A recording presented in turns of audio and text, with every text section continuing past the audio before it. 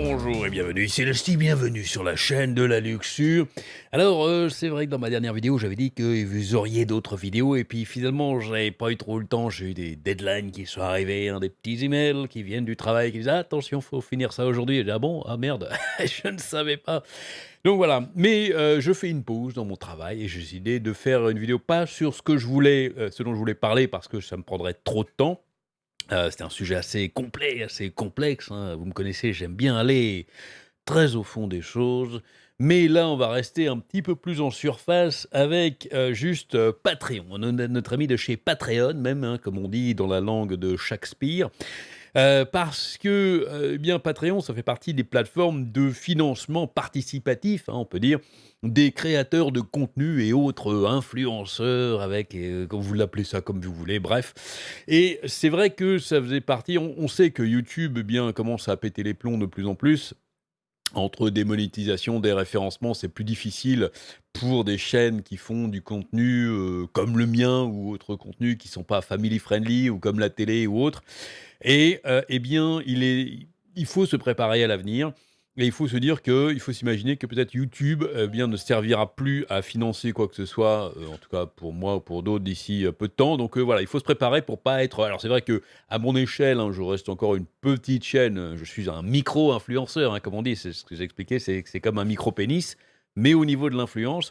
Donc pour le moment, bon, bah, moi, je sais pas encore, mais il faut prévoir, il faut être prévoyant, on ne sait jamais, hein. Peut-être qu'un jour, il va y avoir l'envol de ma chaîne, je deviendrai, très, très populaire, que j'arrêterai mon travail, que je ferai plus que ça et pourquoi pas, hein, on ne sait jamais. Bref, on peut toujours rêver. Mais en tout cas, il faut se préparer à l'avenir pour pas être pris de court et c'est vrai que je pense à d'autres moyens de soutenir peut-être de manière financière, qui si jamais je dois faire appel à des services d'autres personnes, faire du montage, faire des trucs, ou de l'artistique, et oui, ça se paye, hein, tout se paye, hein. Je ne paye pas les gens qui me font des trucs, à la visibilité, ouais. Je les paye avec de l'argent, ouais, ça marche mieux en général.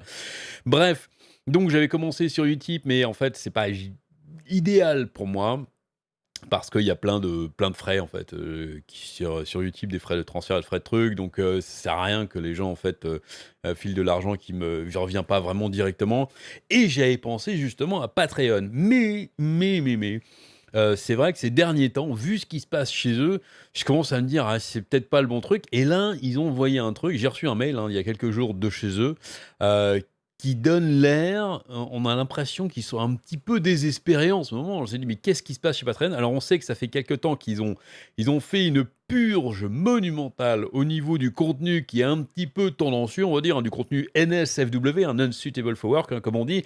C'est-à-dire des contenus qu'il faut pas regarder au travail, c'est pas bien. Moi je le fais, mais bon, pas grave, hein, vous le faites si vous voulez, vous prenez vos risques avec votre patron, avec vos trucs. Et donc du contenu un petit peu olé olé, voilà, c'est comme ça qu'on dit en français.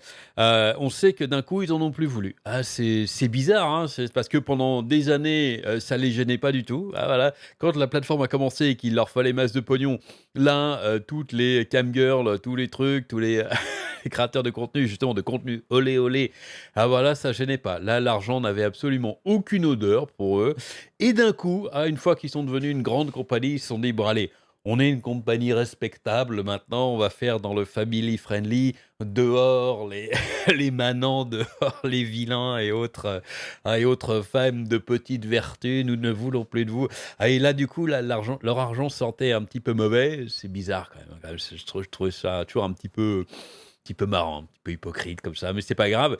Et alors, mais le problème, c'est qu'ils sont allés encore plus loin, parce que c'est pour ça que je parle de purge, là, carrément des artistes qui faisaient du contenu qui n'avait rien de sexuel, au mieux suggestif, érotico, machin, avec notamment sur de l'art de l'animé, hein, de l'animé japonais, où là, c'était vraiment, ils se sont dit: «Non, non, on coupe large, on coupe vraiment très, très large» et il y a plein de mecs qui se sont retrouvés et c'est un petit peu ça le problème. C'est-à-dire que non seulement ils les ont pas prévenus, mais ils se sont retrouvés à la rue dès le lendemain parce que, ça prend du temps, hein, ça prend énormément de temps de se forger une communauté, déjà qui apprécie votre contenu, hein, de se faire connaître, ça prend beaucoup de temps, mais en plus une communauté qui est prête, eh bien, à aller, vous financer justement, aller sur Patreon, faire la démarche, hein, rentrer ses coordonnées bancaires et tout.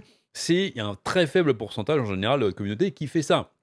Et donc ça prend des années et des années et des gens qui s'étaient comme ça forgés, eh bien, une communauté avec des milliers de personnes dessus, du jour au lendemain, il y a plus rien. Alors, vous allez me dire: «Oui, mais c'est facile, tu vas autre part et les gens reviennent». C'est pas si évident que ça parce que, les gens ne reviennent pas forcément d'un coup. Il y en a qui l'apprennent, peu de temps après parce que c'est un paiement récurrent, hein, que votre, auteur préféré soit viré de Patreon, vous ne savez pas directement d'un coup. Donc il y a un gros creux et puis pour trouver un équivalent qui vous accepte et qui accepte de faire les mêmes choses, c'est quand même pas si facile que ça. Donc il y a pour beaucoup de monde, il y a un gros creux quand même.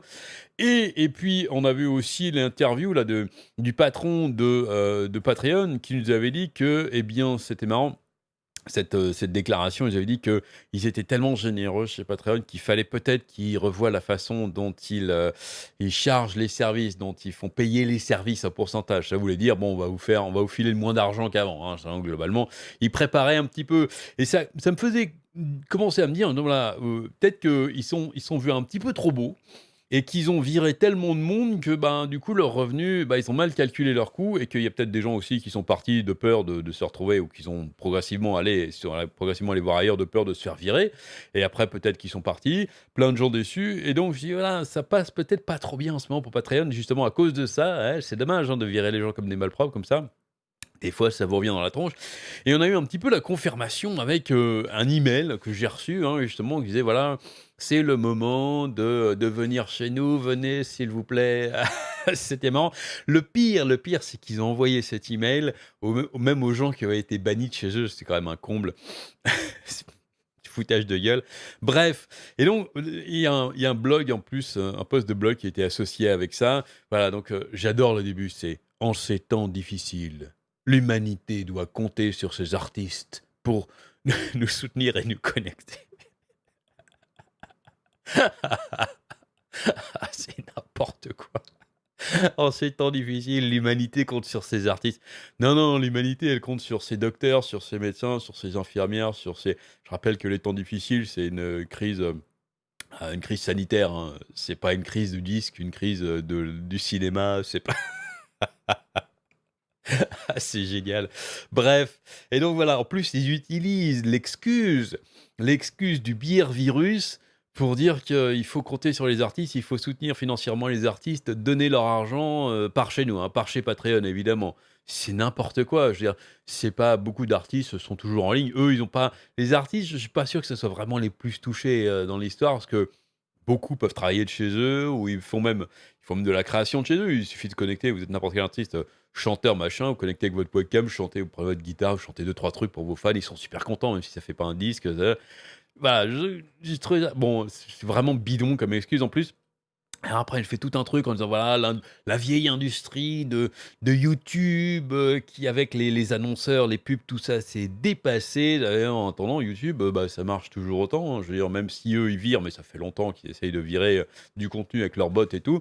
Ils ont pris un petit peu de cours aussi de temps en temps, mais bref, ça marche toujours, en fait. Alors c'est vrai que ça commence à vieillir, mais je suis pas sûr que chez vous, Patreon, ce sera le mieux. Et alors le pire, c'est ce petit paragraphe ici, c'est absolument génial.